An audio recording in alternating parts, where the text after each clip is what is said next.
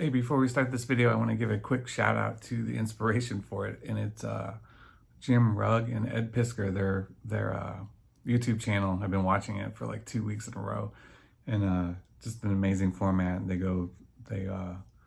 flip through a bunch of old comics, and they were super inspiring. Got me excited about reading some comics. And anyway, so I thought I'd shoot a couple of videos inspired by them. But since I'm kind of borrowing their format, I want to link to them. So make sure you hit the link and go check out their website. They do this way better than I do. That's it. Enjoy the video.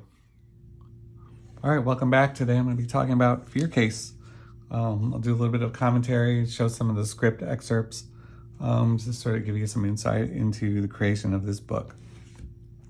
Fear Case was a book I'm trying to remember. I don't know if I had intended on drawing this one or not, but I know that Tyler and I wanted to do another book, and I thought he'd be perfect for this. I've never written a horror comic before. I kind of wanted to try my hand at that. That's one of the genres I hadn't done before. And I had very specific ideas. It's almost like when I was working on Black Badge, I had a very specific idea of what the covers needed to be. For this one, it's the same thing. I wanted to do very stark black covers with the title kind of faded back. And then just a small illustration, which Tyler did. And then I also wanted to do I didn't want the title to be printed. I wanted to just be like a spot varnish. So there would actually be no color here. It would just be a spot varnish on there that would look kind of shiny, so you barely see it. For the print comics, we couldn't really do that with the stock that we had picked. We couldn't really do that. But for the trade paperback, when this gets collected, we did exactly that. So it'll be all black with spot varnish for the logo. All right. The other thing I really wanted to do was something I'd been doing on a few of my past books, which is opening title credits, but also the inside cover being part of the art, part of the story from the very beginning. So you're just thrown right into the story. This is something I'd started doing back with Exo Manowar at Valiant. And we also did it on, I think we did it on Grass Kings. I'll have to go back and look. I think we did it there as well. Anyway, I love what Tyler did with his layout, this sort of wide angle lens perspective. And then the other great reason we have this big spread is this opening scene is super dialogue heavy. I had written this, and I had written it more with like a lot of scenes of dialogue between our two main characters, these two detectives. And the whole point of this book was to establish their relationship and their friendship and sort of their love for one another. And I really wanted to do it with dialogue. So especially this first issue is so dialogue heavy. This is a way to open it up, give Tyler something fun to draw, but also get a lot of dialogue in there. But this whole opening scene, they're in the coffee shop, just talking about coffee, talking about books, talking about the case. And Tyler had done a bunch of different tests because he was testing out different styles and different ways of working. And for this one, he used charcoal. And I would love for him to show his process at some point, but he didn't really use ink. He used charcoal on most of these pages. And it turned out great. It was really dark. It gave it a really sort of like creepy feel. And then Hillary's paint on top of it, just really great, really subtle, just a different look. I love that every time I work with them, the book is a little bit different. They change their style up and do something a little slightly different. And he dropped the panel borders here, which I love. It's just the white space, creating the borders. Just setting up the story, really dialogue heavy, and then some flashbacks.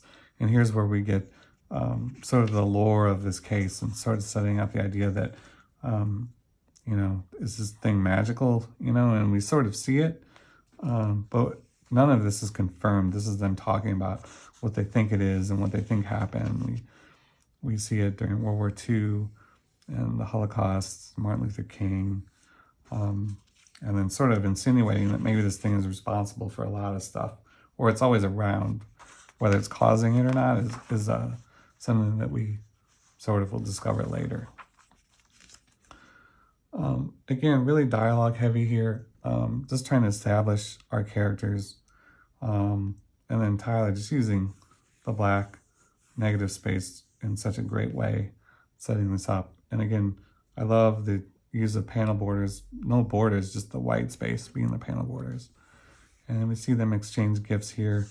And then small little homage to Philip Verve, a character that appears in Bang, the other series I write, and with Wilfredo on art. I don't know if you can see that, but that's a back cover on Bang, and that's a character that's appeared a few times. He's been in Mind Management, Revolver. He's sort of a recurring semi-villain. But in this one, I think we just see sort of like establish him as an author of books in this sort of reality. But he's sort of the link that sort of ties all my books together. I feel like all my books, if they're not in the same reality, they're at least, they have overlap. And he's a character that sort of jumps, like in Revolver, his ability was to live in multiple realities at the same time, simultaneously, which kind of drives him crazy. The idea here is that since he can do that, he can really be in any story that I write. And so he's in a lot of them. More dialogue, just setting up the characters and the friendship. And a great silent panel here. Just setting the mood. And then we start to open it up. And Tyler's layouts are great. I love the 6-panel grid. And then we see the creeping dread of this blood as we wonder where it's coming from. And then this haunting image of a woman in a pool. Just blood in the pool. And then we sort of get her backstory, her interaction with the case. And then this is our first time we get to see somebody interacting with it and describing what it is and what it did to them. And then I love the sort of shift in style here as we go into flashback. We see that Tyler's not using any of the heavy black or dark areas, just lines, and then the colors are brighter. Really bright, a lot of color, thin lines, and then we get the first view of the case from her point of view, and just goes all black. And then we sort of see it melting. What a great use of, and this Tyler and Hillary working together. What a great combination, you can't, it's almost like one person's doing it all, the way that it bleeds together. Then we get to see her argument, and we establish the rules of the case. So you have to give it to the person you hate the most, and if you die before you give it away, then it goes to the person you love the most. And we sort of see how it sort of drove her nuts. She kept thinking about it, and she needed to get rid of the case. So eventually she does get rid of the case. Gives it to her kind of jerky husband. He laughs about it. And then we get sort of our first little gruesome scene of horror here. Which is her husband dead. Anyway, horrible. Yeah, I didn't really want this series to be really gory. I'm not a huge fan of like gore. And honestly, with horror, my favorite horror movies are The Shining, Alien, things with more suspense and less actual horror or gory stuff. And so that's what we kind of wanted to build this up to be, like that. And again, these great sort of establishing silent panels as we realize they're really close to the case. It's somewhere in the city, and now they have to go find it. And at the end, this is why I got a lot of questions early on. Why Secret Service? And so I wanted to establish in the comic, even though I didn't really fit it into the narrative, it was so dense already. I wanted to make sure that